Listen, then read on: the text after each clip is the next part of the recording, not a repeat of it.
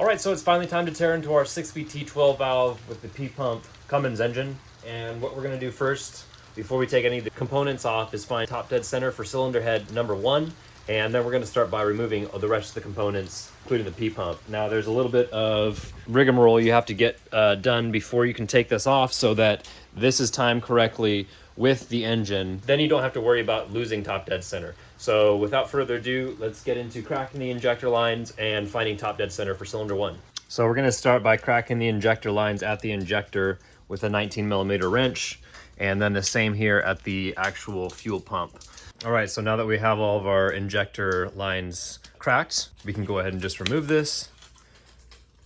I like to just go and get a bunch of these plastic bins from Walmart for $5 each and throw all the associated hardware in with them. We're also going to remove our power steering pump. So there's 2 bolts here and there's a small bracket here. So 4 bolts, and then this will just start to pull out. Start by using a 13mm on this, the serpentine belt tensioner. So we've removed our thermostat housing here. We've also removed the alternator and the AC compressor. Goes without being said, but definitely a good idea to keep some Ziploc bags and a Sharpie. Mark all of your stuff. When I did the head gasket on the FZJ80, I did that and it made things a lot easier. If you're forgetful as I am, then you'll end up with a handful of or more bolts after you're done with your job and you won't know where they go. So it's just good practice. So I believe, according to the manual for removing the injectors, there is a special tool you can get on there after removing the retaining nut, and what they're recommending here is a slide hammer. You need a specialty tool in order to get your injectors off. There is a locating ball on the body of the injector, and that's going to go into a hole inside the head, which prevents the injector from rotating. I just went to Park Rose or Ace Hardware and grabbed a 3/4 inch inner diameter coupler, and I cut it down to size. That's going to go on top of there, and then I grabbed a few washers. So these are going to go on here, and then the nuts will go on there. I forgot to look. I believe the thread on the small part of the injector, the outside, is going to be a 14 by 150. Let's not reinvent the wheel here. It's not that difficult to pull these. We need a certain amount of torque, right, or leverage in order to get the injector up out of its pocket. So with that screwed on there, and we're just going to slowly turn our nut here and watch as it comes up out of the head. But I can see that it is coming up, and there she blows. There's our locating ball as we were talking about. The reasons we're doing this is because, again, this is a 400 PSI, thereabouts per cylinder, so it's hard to turn the engine over with full compression. So by removing the injectors, like you would the spark plugs in a gas engine, it's going to free up the pistons from compressing the air in the cylinder. And this is the timing dowel. Let's see if I can get out of the way right there. So that's a little plunger that makes contact with the camshaft gear when you are at top dead center, so that you can push that in, and then you can know for sure that you are at top dead center. So, all right, so as we're going to find our top dead center for cylinder number 1, we have removed our timing plunger from the back of the timing case here for 2 reasons. First of all, because you need to inspect whether or not this little nipple is still intact. For some reason, if the plunger was to engage when it was going, this would be potentially broken off and cause other issues. But if it's not there, then this plunger would really be for nothing. So it's a good idea to take that out, to Torx bolts going into the timing cover there. And also because my timing plunger has seized. So I just put some engine oil on it so it's moving freely now. All right, so we've gone ahead and found our top dead center for cylinder number 1. And there's our timing mark on the cam gear. So we made sure that lined up. So now we're gonna continue taking off the P-pump. As we're removing our P-pump here, before we do anything, I've taken a 24mm wrench and removed this here, which is this plug. So as you remove this, be sure to have something underneath it so your engine oil can drain into there and don't make a mess. on your plug, this will pull out. This is referred to as the flag. And it's a little plastic piece. This is going to go in the fuel housing, and that little fork is going to keep the timing on the fuel pump. The fuel pump has to be timed with the engine. Remember, we already timed that at top dead center, cylinder 1. So we're gonna go ahead and put this back in reversed so that we can maintain our timing. There it is. So that's the alignment tooth in there. So this needs to be going in horizontal. So we'll slip this in. And now that that's in, we'll go ahead and put our bolt back in. All right, so now we're gonna remove our retaining nut for the P-pump camshaft on the timing cover, which is a 30mm socket. Remember to make sure that you do have your pump timed correctly before you do this. A little advice, I chose to go with this with the 30mm socket and a 1/2-inch drive wrench and a breaker bar. I do not recommend doing that. My timing skipped a couple tooths on the cam gear side. And when it did that, it broke the flag, or at least the top part of the flag. So really not a huge issue, but I mean, because I was able to retrieve the other piece in there without it falling into the pump itself. You just want to avoid that. So you're going to want to hit this with an impact wrench, and you're going to, I just use a piece of rubber from a handle on the inside of the cam gears there so that it didn't move. And then I rechecked inside the P-pump just to make sure that it hadn't jumped to timing as well. So I'm gonna have to order another one of these little flags, but for now this will work to put back in there. Just word of advice, use an impact on this so that you're not distributing torque throughout the rest of the engine. It's only on this nut here. So, and then we have the trusty or whatever you call it, the trusty harmonic balancer puller. So we're gonna go ahead and pull that gear off, and we'll make sure that we're still at top dead center after pulling it, but it shouldn't move anything. So. All right, so we went ahead and pulled our harmonic balancer off, 4 15mm bolts. Make sure you hit it with the impact so as not to change the orientation of the timing for top dead center. I'm just gonna go ahead and zip all of these timing cover bolts off real quick and get that out of the way. All right, so a P-pump is out. You got 4 studs going from the timing case into the back of the P-pump. And then obviously, as we went over, you have your overflow lines, and I forget what list line is too. Pretty self-explanatory. It is a little heavy, maybe around 60 pounds. Here's where all your linkage will go. This is gonna be your fuel cutoff solenoid here. That's what shuts the engine off, so it prevents it from running away. And this is the air fuel housing where you do a lot of your modification for sliding your fuel plate forward, which would be underneath this. I'm most likely going to go with the power-driven diesel AFC housing, which goes on the back of this, and there's 2 wires coming off it and allows you to adjust your mixture. Timing covers off as well, really easy, bunch of 10mm, and that gear was already pulled off with the puller. Harmonic balancer just slipped off really easy. So what we have left also is the oil pump. This will need to come off as well. You've got your oil cooler under here. We got our tappet cover off. It was pretty much welded on there. The gasket was really hard to get off, so I used this provision here with a little bit of a crowbar, carefully not to score the actual block itself.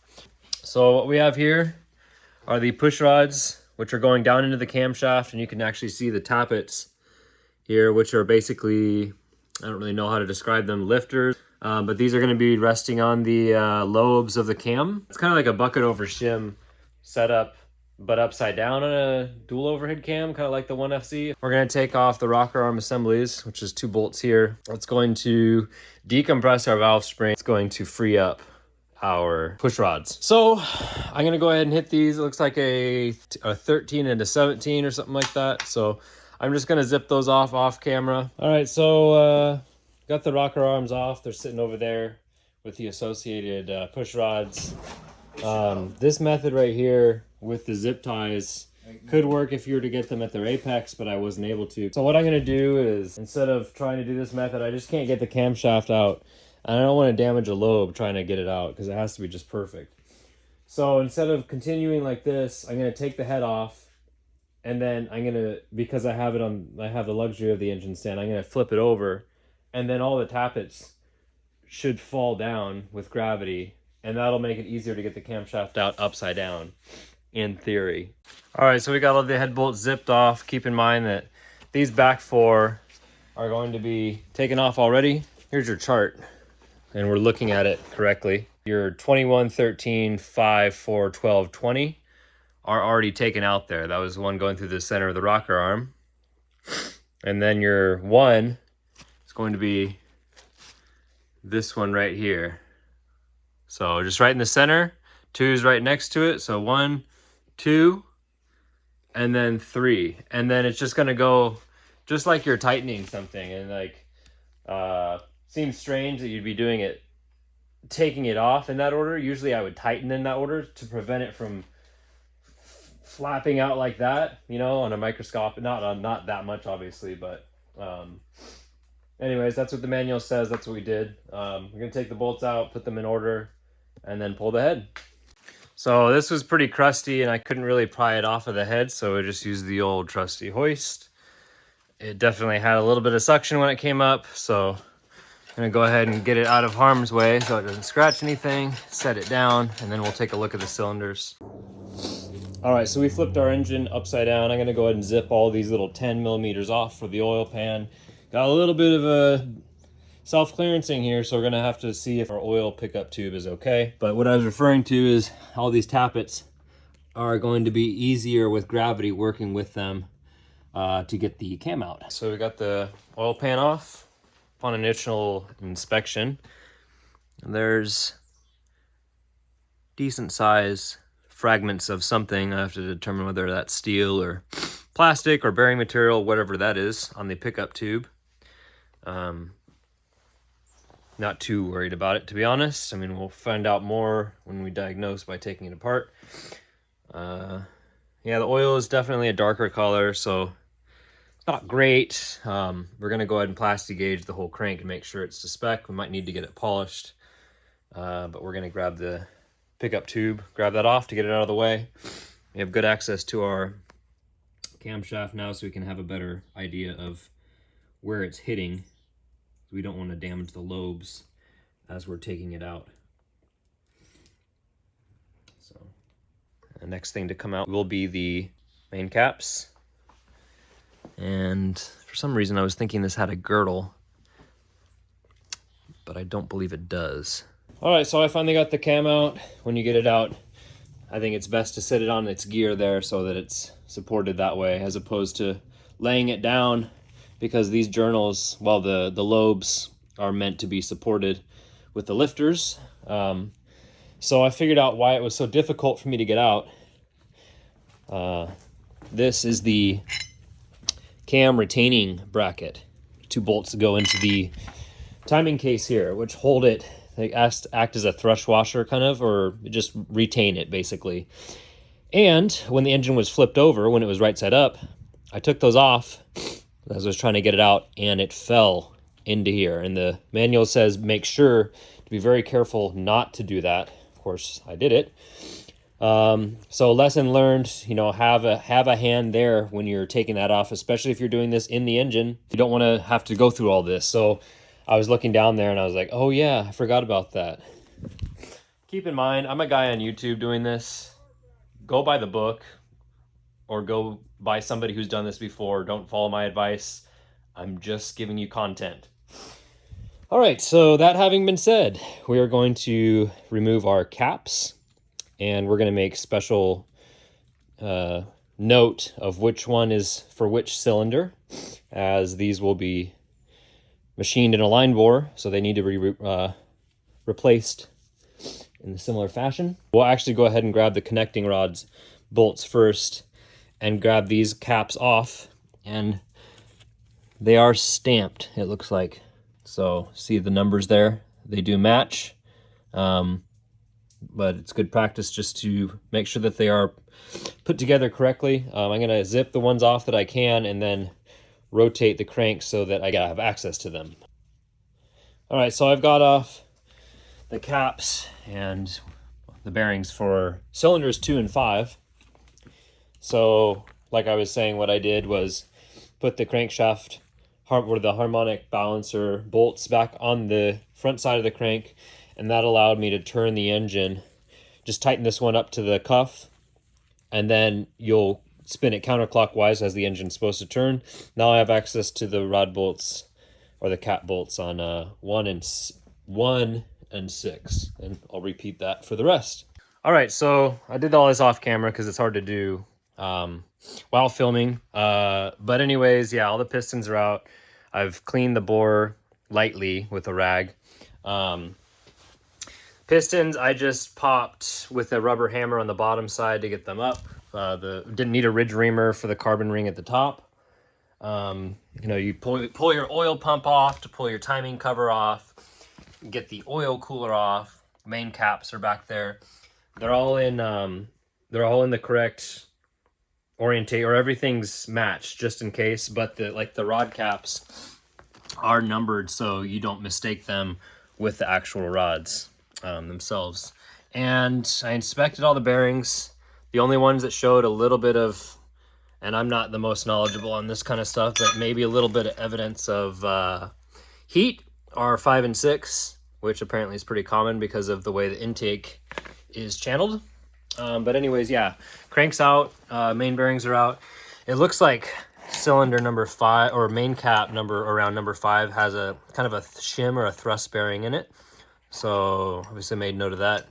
And anyways, yeah, when you have it on an engine stand like this, your rear main has to come off, and it's hard to do that with the orientation of the how I mounted it, at least with the Harbor Freight engine stand.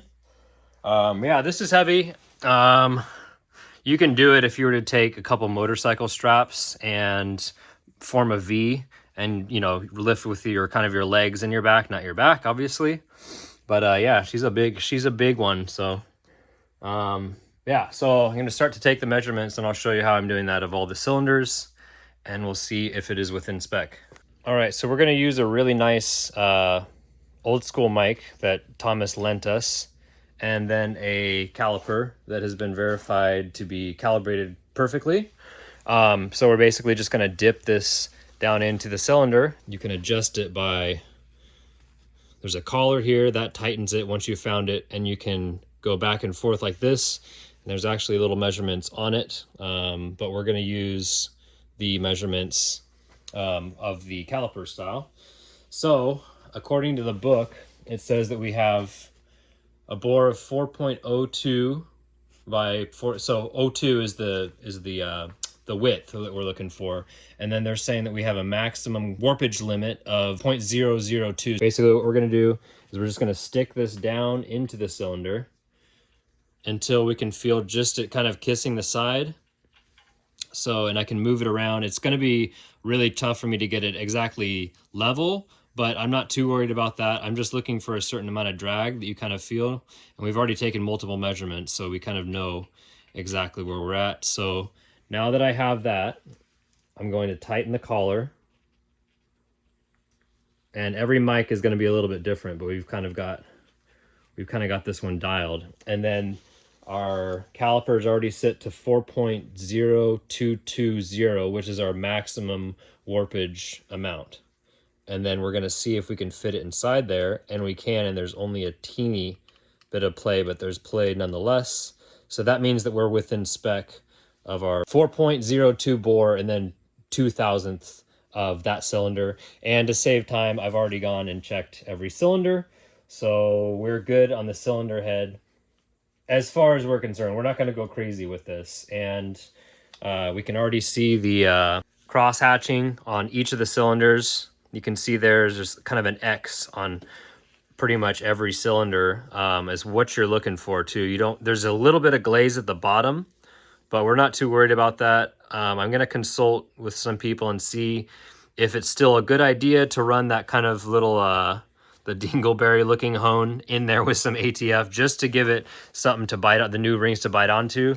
But honestly, you could get away with not doing that with this. And I already know that the truck ran like this, so it's not too big of an issue. So I've also already checked the lobes on the camshaft and mic'd them to make sure that they're within spec and everything's good on there. Things we're gonna look at for this particular build are new main and rod bearings, and then a full reseal kit, so piston rings, then just, you know, your whole like front main seal, rear main seal, timing all the gaskets. Next week is going to be the cleaning of the engine. I haven't decided whether or not I'm just going to take everything to a hot tank or if I might try and use my pressure washer and do it myself. Obviously, you know, using a hot tank service would be great, but I'm gonna see what I can get done with just the pressure washer. I know this is a long video, guys. Thanks for bearing with me to the end. Again, this is meant to be pretty much a full instructional video on how to tear Cummins down. I've looked for a few videos online and I didn't see too many that were just completely comprehensive. So if you have any questions, as always, leave them down in the comments below. Thank you for watching, and I'll see you next week.